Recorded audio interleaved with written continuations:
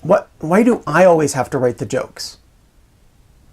I mean, what am I even paying you for if all you're going to do is sit there in the booth and criticize?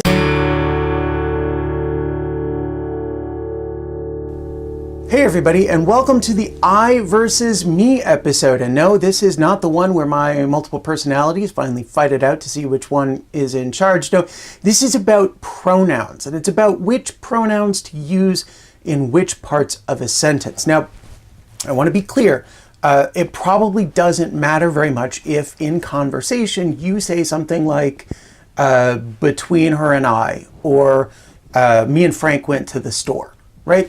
Most people aren't going to care if you're in conversation and you're casual and you're talking like that.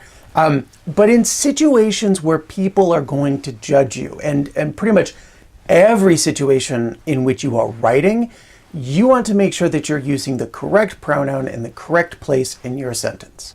We're going to start with I. I is a subject. It is always a subject. That means it always comes near the beginning of a sentence because, you want your subject and your verb usually near the beginning of a sentence.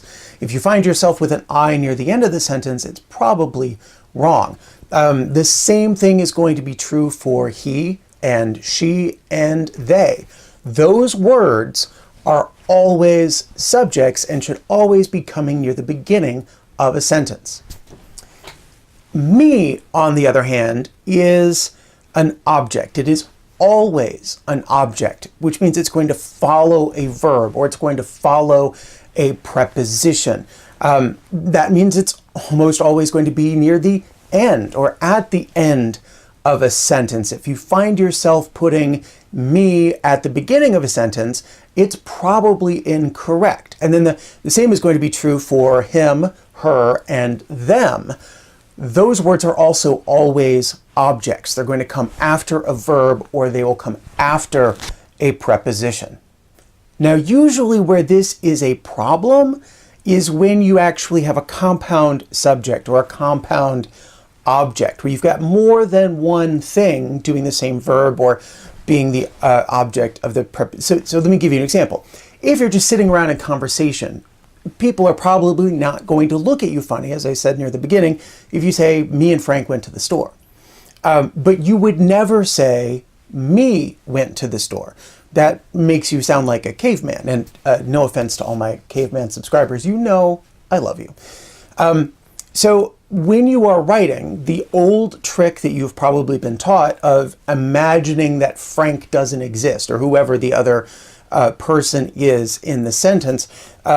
So you take me and Frank went to the store, you'd erase and Frank, and you'd be left with me went to the store. And you know that that would be wrong. So in your writing, you can double check that and you could go back and put in I went to the store, Frank and I went to the store. You probably wouldn't say I and Frank. That's a little weird, but people say Frank and I, and that's just fine. You could do the same thing with the other pronouns. He and him, she and her, they and them. You might say out loud, Frank and them went to the store, but then you would never write or say them went to the store. So it would be Frank and they went to the store. The same trick works with objects. You and Frank, whatever pronoun you're talking about, and Frank, imagine that Frank is not there. So you might say in conversation, hand the ball to Frank and I, but you would never say hand the ball to I. You would never write hand the ball to I. So when you take Frank out of it, you can begin to see what the correct usage is. And probably the most egregious mistake that I see or that I hear is with the preposition between. People will say between her and I. Obviously, between her is fine. Her is the object. But you want between her and me, because you would never say between I and her.